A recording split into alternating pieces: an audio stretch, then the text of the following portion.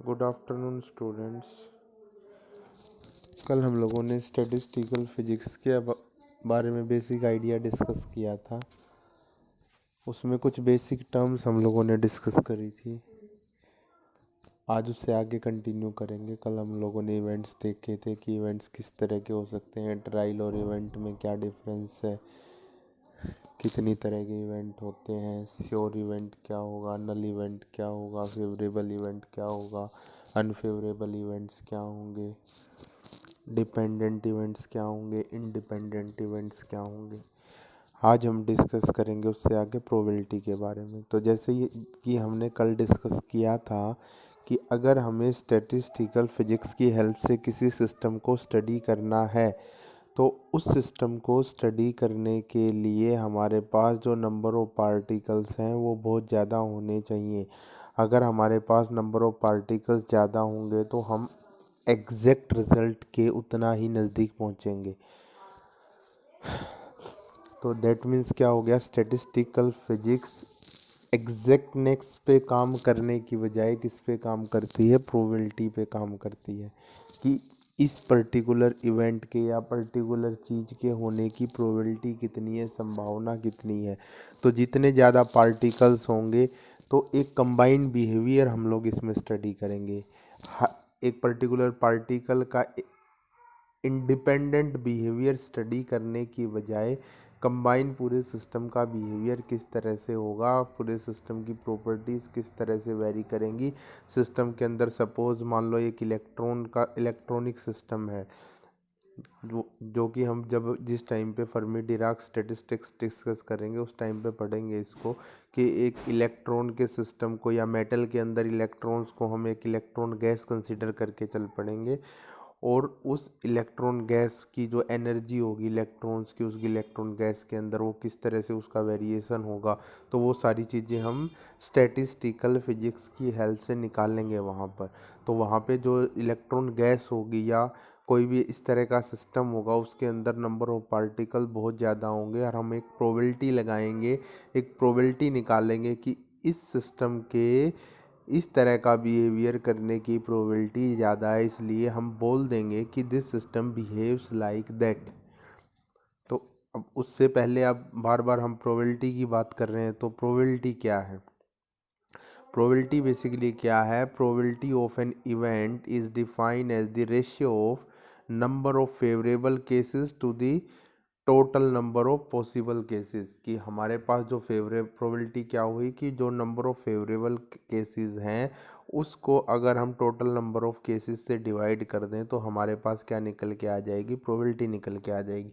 जैसे कि अगर हम क्या करें, एक कॉइन को टॉस करें और जब हम कॉइन को टॉस करते हैं तो हमारे पास टोटल दो पॉसिबिलिटीज़ हैं। कॉइन के एक साइड में तो हेड है, दूसरी साइड में आपका टेल है। तो क्या हो सकता है, या तो ऊपर हेड आएगा या ऊपर टेल आएगा। ठीक है, तो दो पॉसिबिलिटी हो गई। तो टोटल नंबर ऑफ केसेस तो कितने बन गए?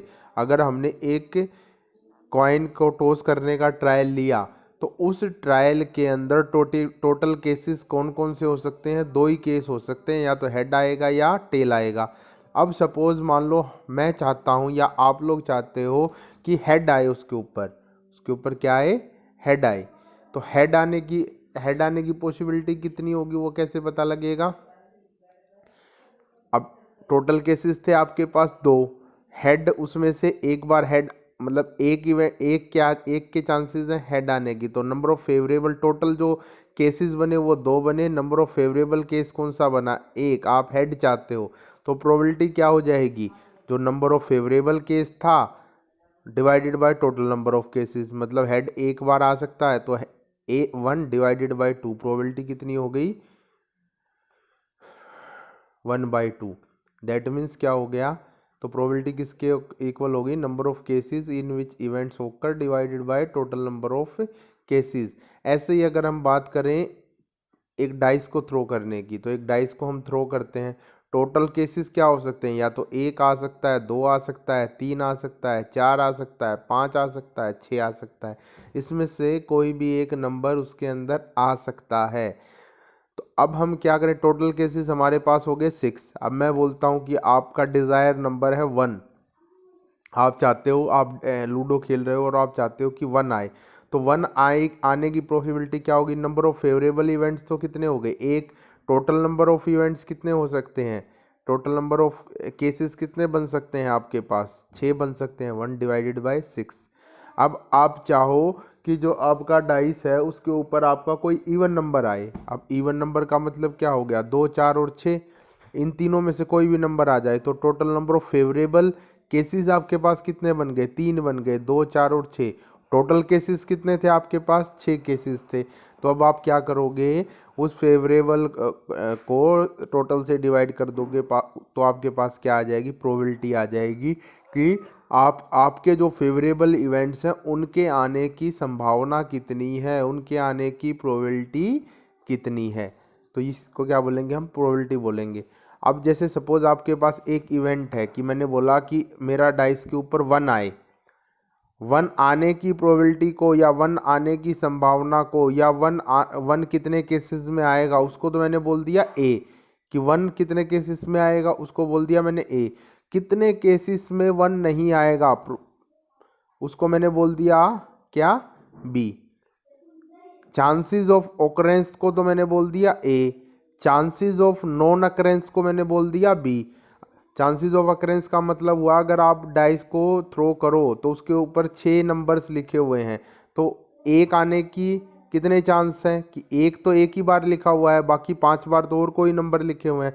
तो उस 6 में से हम मान के चल सकते हैं कि एक बार अगर 6 बार मैं फेंकूं तो चांसेस हैं कि एक बार मेरे पास एक आ जाएगा। तो number of chances of occurrence तो वन के कितने हो गए? 1। और चांसेस ऑफ नॉन अकरेंस सब कितने हो गए? 5 हो गए। ठीक है। तो प्रोबेबिलिटी अगर हम लिखे, प्रोबेबिलिटी ऑफ अकरेंस किसके इक्वल हो जाएगा? A divided by A plus B, chances of occurrence divided by chances of occurrence plus non occurrence. अब कोई भी इवेंट होना है, अगर एक आना है तो उसकी दो ही चीज बन गई ना, दो ही पॉसिबिलिटी बन गई, या तो एक आएगा या एक नहीं आएगा। तो प्रोबेबिलिटी ऑफ, एक तो प्रोबेबिलिटी बन गई प्रोबेबिलिटी ऑफ अकरेंस, दूसरी बन गई प्रोबेबिलिटी ऑफ नॉन अकरेंस। तो प्रोबेबिलिटी ऑफ अकरेंस क्या होगी? Chances of occurrence divided by chances of occurrence plus chances of non occurrence. ऐसे ही प्रोबेबिलिटी ऑफ फेलियर क्या बन गई उसकी? प्रोबेबिलिटी ऑफ नॉन अकरेंस या chances of non occurrence divided by chances of occurrence plus chances of non occurrence. मतलब आने के कितने चांस है प्लस नहीं आने के कितने चांस है, उसको अगर जोड़ देंगे तो वो क्या बन जाएगा? टोटल नंबर ऑफ चांसेस बन जाएगा, टोटल नंबर ऑफ इवेंट्स बन जाएगा। ठीक है। एक ट्रायल में कितने टोटल इवेंट हो सकते हैं? वो ए प्लस बी बन गया। और जो आपको चाहिए फेवरेबल क्या है? कि एक आना चाहिए, आना चाहिए तो A divided by A plus B. अगर आपका फेवरेबल है एक नहीं आना चाहिए, प्रोबेबिलिटी ऑफ फेलियर, आपने जो एक सोचा था कि एक ना आए, तो क्या हो गया? जो ना आने के चांसेस थे वो divided by total number of chances, that means B divided by A plus B. अब उसके बाद आता है आपके पास, जब जैसे कि हमने कल पढ़ा था कि आपके पास इवेंट्स होते हैं, तो एक तो आपके पास होता है श्योर इवेंट, कि आपका ये चीज़ होगी ही होगी। जैसे हम डाइस को थ्रो करें और मैं बोलूँ 7 से छोटा नंबर आने के कितने चांसेस हैं, तो आप बोलोगे 100% चांसेस हैं, क्योंकि डाइस के ऊपर 1 से 6 तक के नंबर लिखे हुए हैं।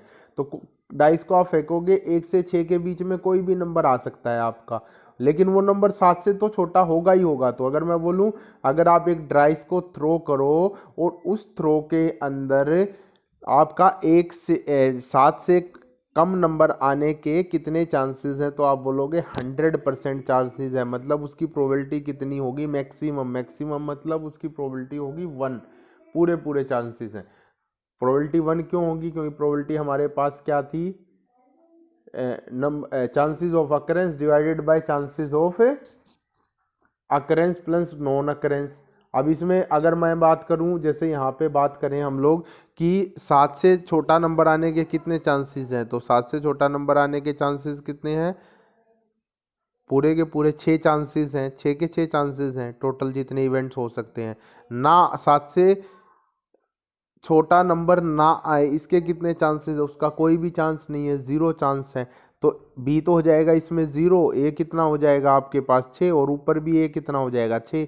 6 डिवाइडेड या ए डिवाइडेड बाई ए, ए किसके इक्वल हो जाएगा? 1 के इक्वल हो जाएगा। तो श्योर इवेंट्स के लिए तो प्रोबेबिलिटी क्या होगी 1, 100% चांसेस के लिए प्रोबेबिलिटी 1। अगर मैं बोलूं कि किसी इवेंट के अगर नल इवेंट की बात करें कि वो इवेंट तो हो ही नहीं सकता, अब इस केस में कौन सा इवेंट नहीं हो सकता, मैं एक डाइस को थ्रो करूं और मैं बोलूं 7 से या 6 से बड़ा नंबर मुझे चाहिए, डाइस को थ्रो किया और बोलूं 6 से बड़ा नंबर मुझे चाहिए, तो 6 से बड़ा नंबर डाइस के थ्रो में कभी भी नहीं आ सकता, क्योंकि डाइस के ऊपर 1 से 6 तक के नंबर्स लिखे हुए हैं।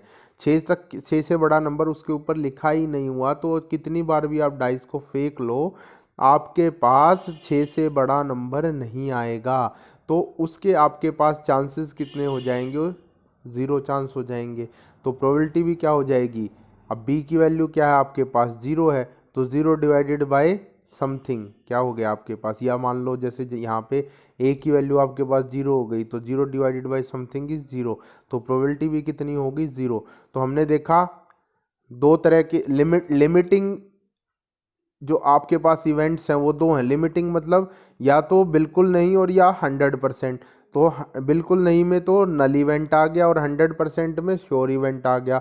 तो नल इवेंट की प्रोबेबिलिटी आई 0 और श्योर इवेंट की प्रोबेबिलिटी आई 1। इसका मतलब जो आपकी प्रोबेबिलिटी होगी हमेशा वो 0 और 1 के बीच में रहेगी, कि मिनिमम की प्रोबेबिलिटी आपने लिख दी और मैक्सिमम की प्रोबेबिलिटी भी आप लोगों ने यहाँ पर लिख दी। तो मैक्सिमम प्रोबेबिलिटी आपकी बेसिकली प्रोबेबिलिटी किस किस के बीच में वेरी करेगी, आपकी 0 और 1 के बीच में वेरी करेगी, ठीक है। अब उसके बाद आता है आपके पास the types of probability. Probability basically आपके पास दो तरह की प्रोबेबिलिटी है। एक तो होती है स्टैटिस्टिकल प्रोबेबिलिटी। अब समझते हैं कि स्टैटिस्टिकल प्रोबेबिलिटी क्या है। अगर मैं किसी कोई एक्सपेरिमेंट करता हूँ, को ट्रायल करता हूँ, अगर मैंने क्वाइन को क्या किया, टॉस किया, ठीक है। अब उस क्वाइन को मैंने 1000 बार टॉस कर लिया और उस 1000 में से मैंने नोट किया, टोटल टॉस कितनी बार किया मैंने 1000 बार, उस 1000 में से मैंने नोट किया कि हेड कितनी बार ऊपर आया। हेड सपोज मेरे पास 480 बार ऊपर आया, ठीक है। तो मैंने क्या किया, प्रोबेबिलिटी जो स्टैटिस्टिकल प्रोबेबिलिटी होगी वो क्या होगी, जितनी बार आपका फेवरेबल इवेंट आया divided by total number of event, जो आप चाहते थे कितनी बार वो ऊपर आया, और डिवाइडेड बाय टोटल कितनी बार आपने ट्रायल लिया, ठीक है, कितनी बार आपने एक्सपेरिमेंट किया। तो जैसे मान लो यहाँ पे एक एग्जांपल दे रखा है कि 100 टाइम्स क्या किया इन्होंने, 100 टाइम्स एक कॉइन को टॉस किया और उसमें वो बोल रहे हैं कि 100 टाइम्स में 52 टाइम्स आपका हेड अप आया, मतलब वो हेड ऊपर की साइड क्या आया, हेड आया 52 बार।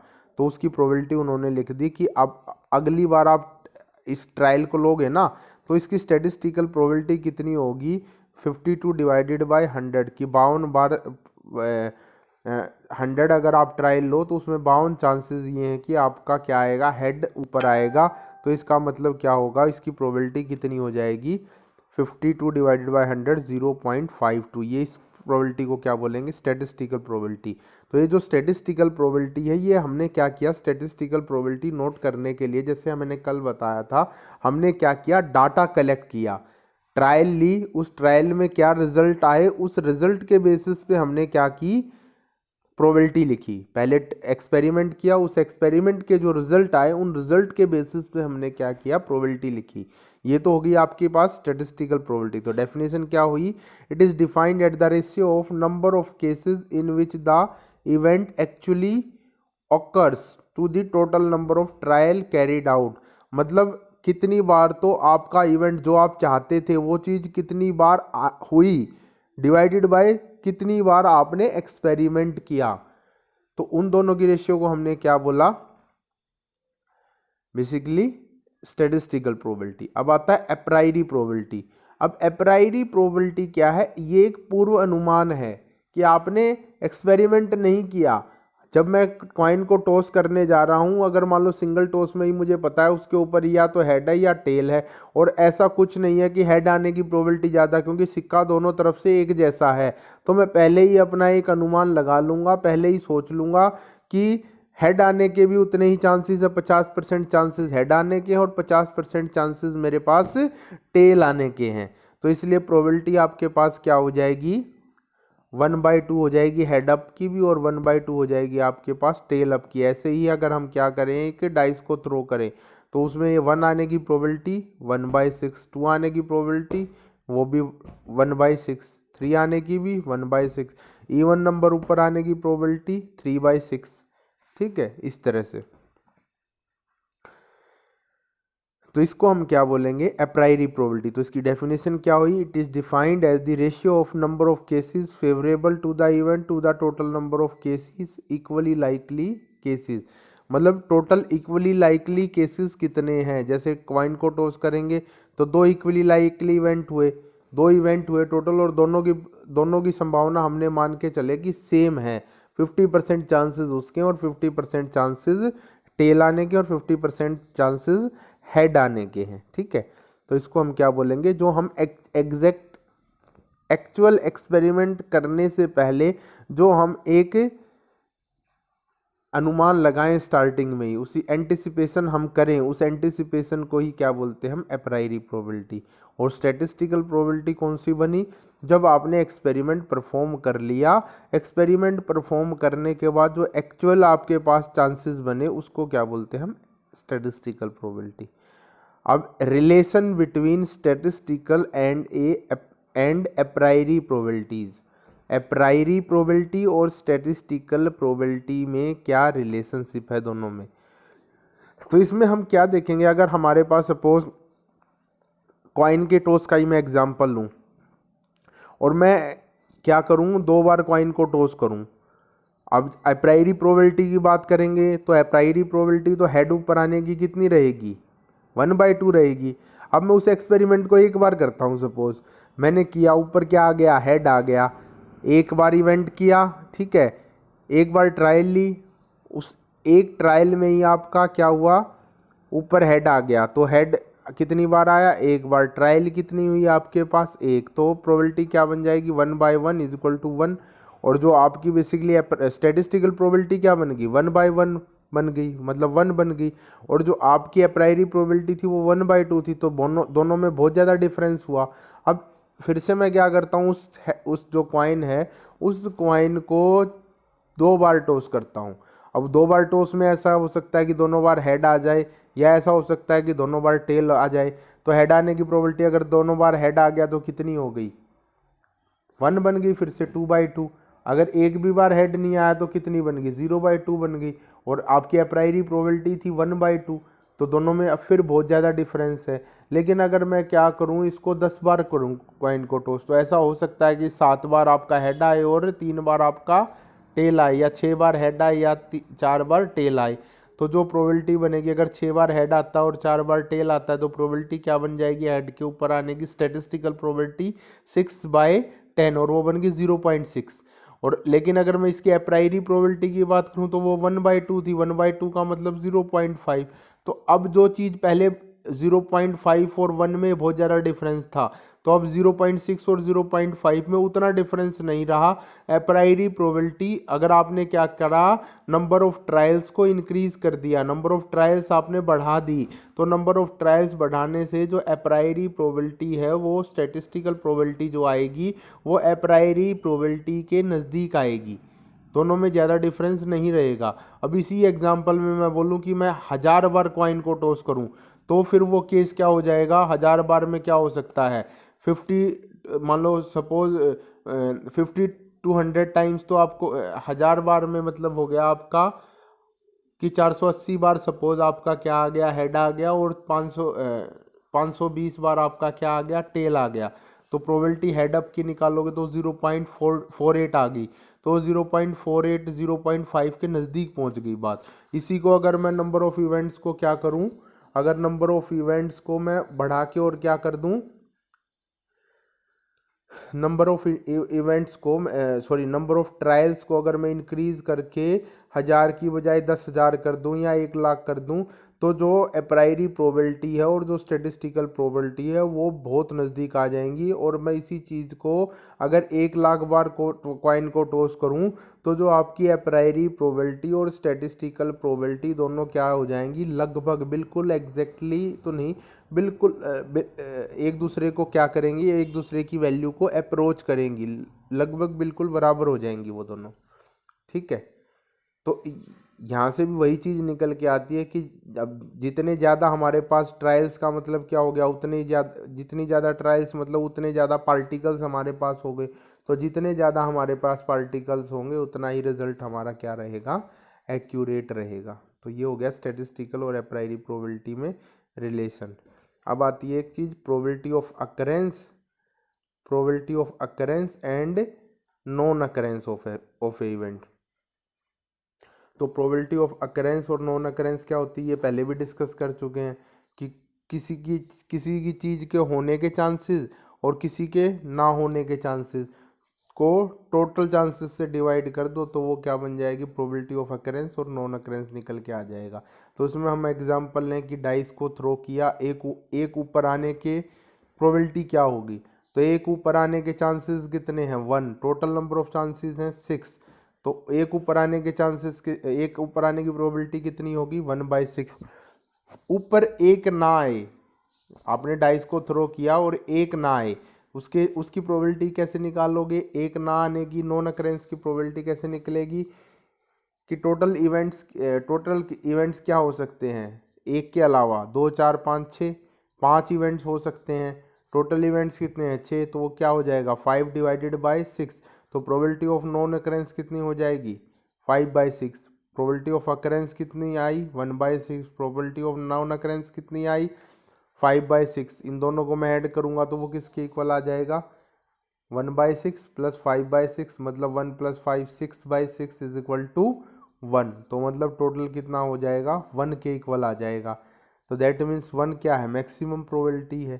तो अब हमें क्या है, किसी के प्रोबेबिलिटी ऑफ अकरेंस और नॉन अकरेंस का सम हमेशा किसके इक्वल आता है, 1 के इक्वल आता है। तो यहाँ पे हम देखेंगे कि अगर हमारे पास प्रोबेबिलिटी ऑफ अकरेंस हमें पता है तो प्रोबेबिलिटी ऑफ उससे प्रोबेबिलिटी ऑफ नॉन अकरेंस हम निकाल सकते हैं, या नॉन अकरेंस हमें पता है तो हम क्या निकाल सकते हैं, अकरेंस हम निकाल सकते हैं। तो यहाँ पे हेड डाइस के थ्रो में 1 ऊपर आने की प्रोबेबिलिटी थी 1/6, नॉन अकरेंस की क्या हो जाएगी 1 - 1/6, दैट मीन्स 5/6।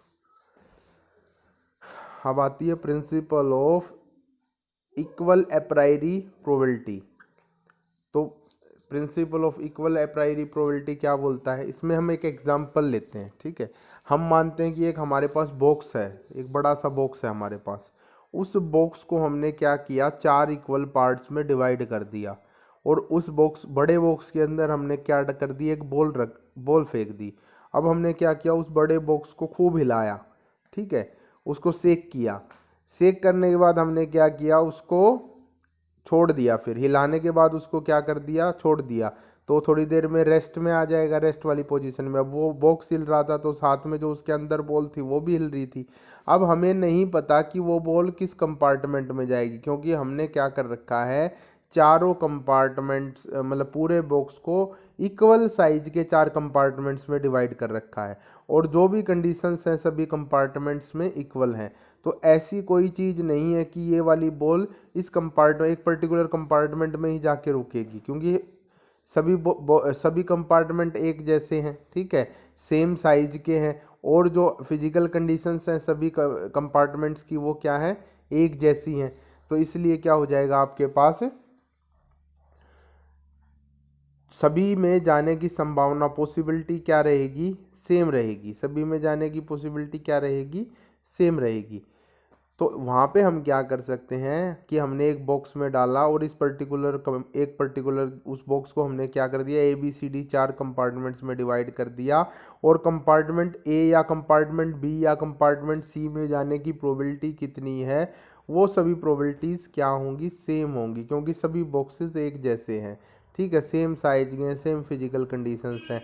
तो इसलिए वहाँ पे हम क्या लगाएंगे, लॉ ऑफ इक्वल एप्रायरी या principal of equal a priori probability, कि सभी की प्रोबेबिलिटी क्या हो जाएगी आपके पास, सेम हो जाएगी। तो क्या डेफिनेशन हुई इसकी, this principle by virtue of विच, जो आपका ये प्रिंसिपल ऑफ एप्रायरी प्रोबेबिलिटी है, ये क्या बोलता है, this principle by virtue of which we assume equal probabilities for likely events is called principle of equal a priori probability.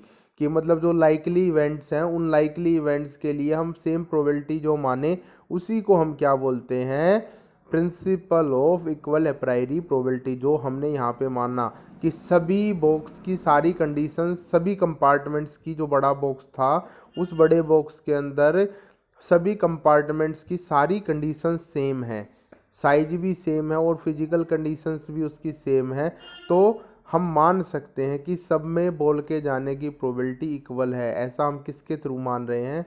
जो हम ये मान रहे हैं उसी को हम क्या बोलते हैं? Principle of equal a priori probability.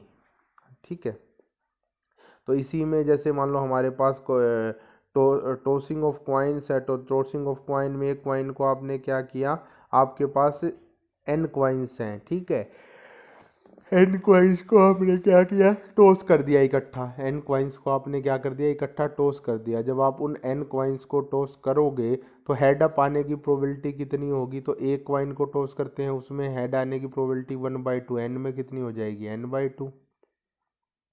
ठीक है,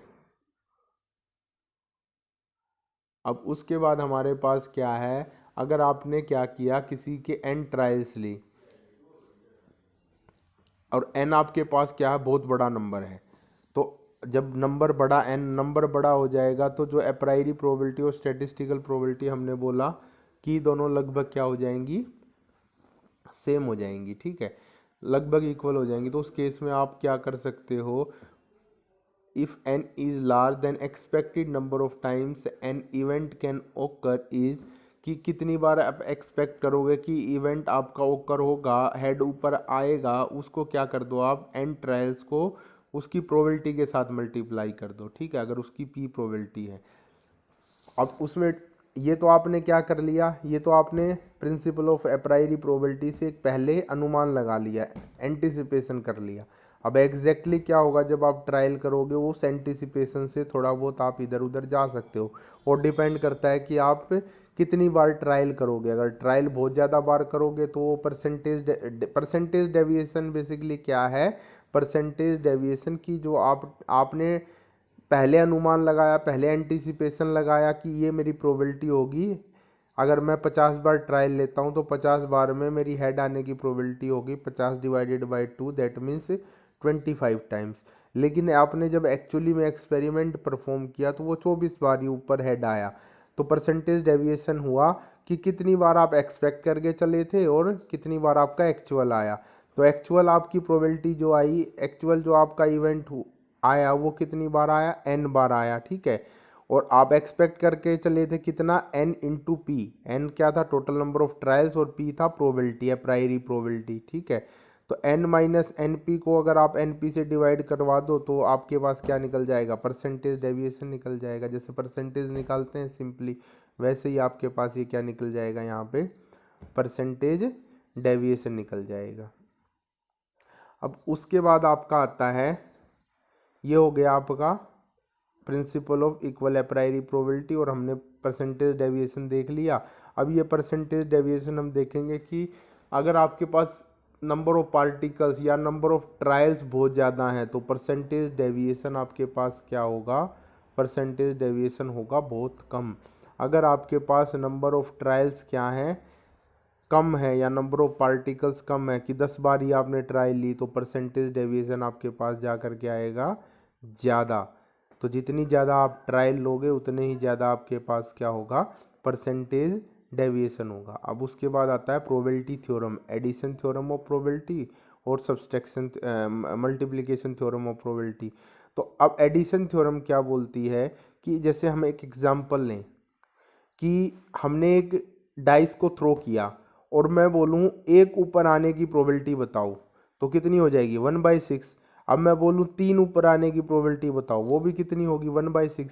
अब मैं बोलूँ कि एक और 3 में से कोई भी आ जाए उसकी प्रोबेबिलिटी बताओ, तो आप क्या बोलोगे, 2 इवेंट्स हो गए आपके पास फेवरेबल, 1 और 3, और टोटल इवेंट्स हो सकते हैं आपके पास 6, तो आप क्या करोगे, 2/6, वो 1/3 आ जाएगा। तो वही आपकी क्या है, एडिशन थ्योरम बोलती है कि the probability of occurrence of event R, event R का मतलब हो गया कि एक ऊपर आए, जैसे डाइस का ही हम एग्जांपल ले रहे थे कि एक डाइस के ऊपर एक आए या फिर 2 आए, जो भी आप लेके चलो, तो इवेंट आर आने की प्रोबेबिलिटी तो क्या होगी, NR/N, कि कितनी बार इवेंट एन आर तो क्या हो गया कि फेवरेबल इवेंट कितनी बार आ सकता है divided by total number of event. ऐसे ही probability of occurrence of event S क्या हो गया, दूसरा कोई इवेंट, जैसे हमने इसमें एग्जांपल लिया कि एक बार तो आपका एक आ जाए, एक बार आपका तीन आ जाए, ठीक है। एक आने की प्रोबेबिलिटी 1/6, यहाँ पे एन आर हो गया 1 और एन हो गया 6।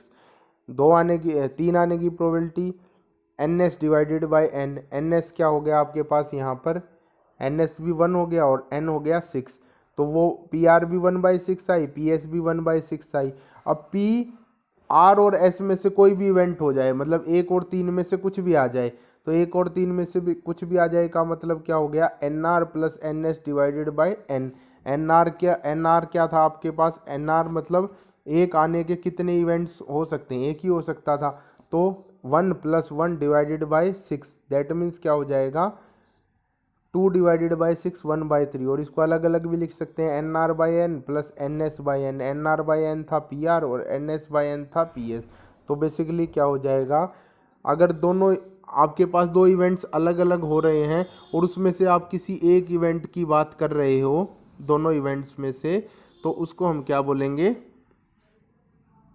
आपके पास दो इवेंट्स अलग अलग हो रहे हैं और उन दो इवेंट्स में से आप बोल रहे हो कि इन दोनों में से कोई भी एक इवेंट हो जाए, तो उस केस में क्या होगा, दोनों की प्रोबेबिलिटी को हम ऐड कर देंगे अगर टोटल इवेंट के होने की प्रोबेबिलिटी हमें निकालनी है तो। ठीक है भाई, इसके आगे का फिर नेक्स्ट लेक्चर जो हम करेंगे उसमें डिस्कस करेंगे। ओके।